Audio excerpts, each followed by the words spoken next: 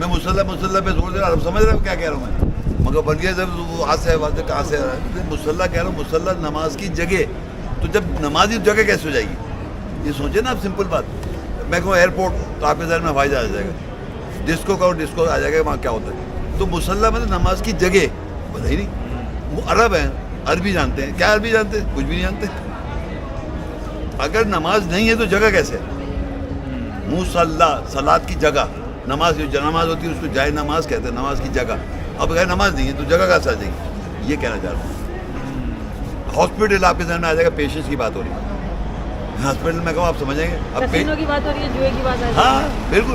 تو اب مصلی نماز کی جائے نماز نہیں ہے, صاحب نماز کا طریقہ کہاں ہے؟ ابھی میں نے کہا پریکٹس ہے, قائم ہے.